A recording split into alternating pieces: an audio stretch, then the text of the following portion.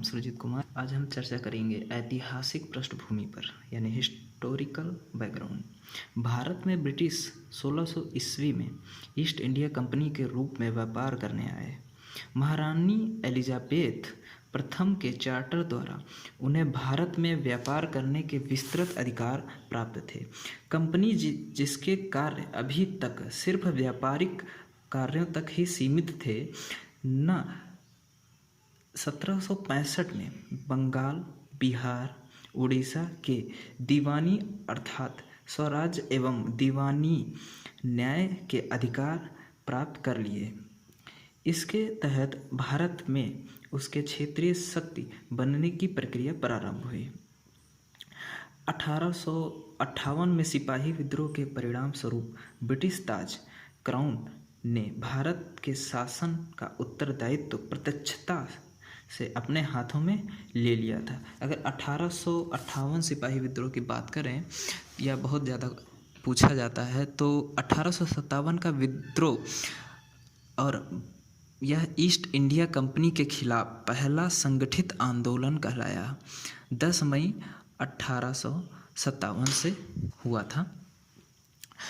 इसकी मुख्य भूमिका जो है मंगल पांडे, बख्त खान, बेगम हजरत महल, नाना साहब, रानी लक्ष्मीबाई और तात्या टोपे इत्यादि हैं।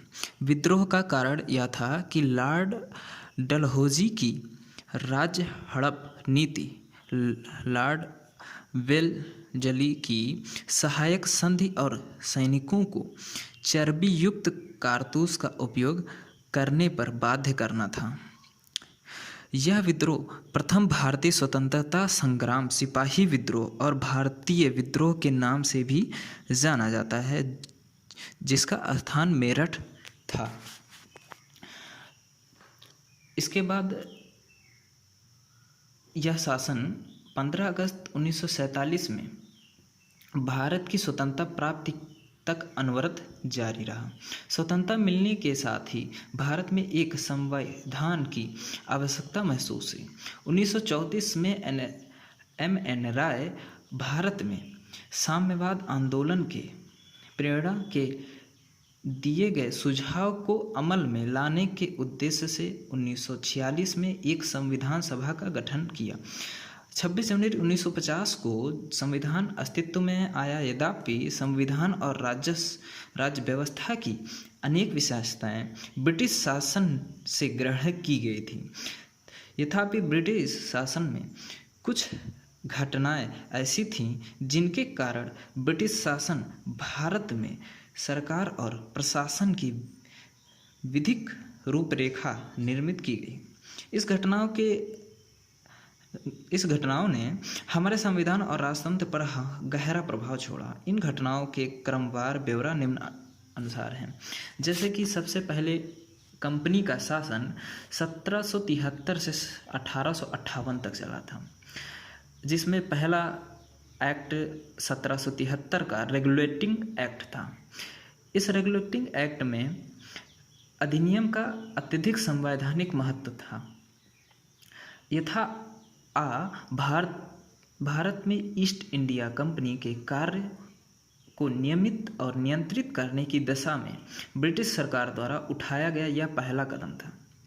इसके द्वारा पहली बार कंपनी के प्रशासनिक और राजनैतिक कार्यों का समन्वयता मिली और मान्यता मिली। इसके द्वारा भारत में केंद्रीय शासन की नींव रखी गई। अगर इन अधिनियम की विशेषताएं बताएं तो इस अधिनियम द्वारा बंगाल के गवर्नर को बंगाल का जनरल गवर्नर पद दिया गया एवं इसकी सहायता के लिए एक 4 सदस्यीय कार्यकारी परिषद का गठन किया गया था। उल्लेखनीय है कि ऐसे पहले गवर्नर लॉर्ड वोरेन हेस्टिंग्स थे। वोरेन हेस्टिंग नाम इम्पोर्टेंट है। इसके द्वारा मद्रास एवं मुंबई के गवर्नर बंगाल के गवर्नर जनरल के अधीन हो गए, जबकि पहले सभी प्रेसिडेंसियों के गवर्नर एक दूसरे से अलग थे। अधिनियम के अंतर्गत कलकत्ता में 1774 में एक उच्चतम न्यायालय की स्थापना की गई, जिसमें मुख्य न्यायाधीश और 3 न्यायाधीश अन्य होते थे। इसके तहत कंपनी के कर्मचारी को निजी व्यापार करने और भारतीय लोगों के व्यापार, उपहार, रिश्वत लेना प्रतिबंध कर दिया गया। इस अधिनियम के द्वारा ब्रिटिश सरकार का कोर्ट ऑफ डायरेक्टर्स यानी कंपनी की गवर्निंग बॉडी के माध्यम से कंपनी पर नियंत्रण सशक्त हो गया। इससे भारत में इसके राजस्व, नागरिक और सैन्य मामलों की जानकारी ब्रिटिश सरकार को देना आवश्यक कर दिया गया। इसके बाद 1784 का Pitt's India act regulating act 1773 की कमियों को दूर करने के लिए ब्रिटिश ने संसद में एक संशोधित अधिनियम 1781 में पारित किया, जिसे एक्ट ऑफ सेटलमेंट के नाम से भी जाना जाता है। इसके बाद एक अन्य महत्वपूर्ण अधिनियम पिट्स इंडिया एक्ट 1784 में अस्तित्व में आया था।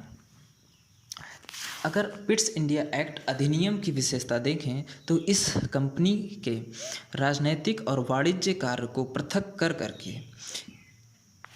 कर दिया गया। इसने निदेशक मंडल को अपनी कंपनी के व्यापारिक मामलों के अधीक्षण की अनुमति तो दे दी, लेकिन राजनैतिक मामलों के प्रबंधन के लिए नियंत्रण बोर्ड यानी बोर्ड ऑफ कंट्रोल नाम से एक नए निकाय का गठन किया। इस प्रकार वैध शासन की व्यवस्था को शुभ आरंभ किया गया। नियंत्रण बोर्ड को यह शक्ति थी कि वह ब्रिटिश नियंत्रण भारत में सभी नागरिक, सैन्य, सरकार व राजस्व गतिविधियों की अधीक्षण एवं नियंत्रण करे। इस प्रकार यह अधिनियम 2 कारणों से महत्वपूर्ण था। पहला, भारत में कंपनी के अधीन क्षेत्र को पहली बार ब्रिटिश आधिपत्य का क्षेत्र कहा गया। दूसरा, ब्रिटिश सरकार को भारत में कंपनी के कार्यों और इसके प्रशासन पर पूर्ण नियंत्रण प्रदान किया गया। धन्यवाद।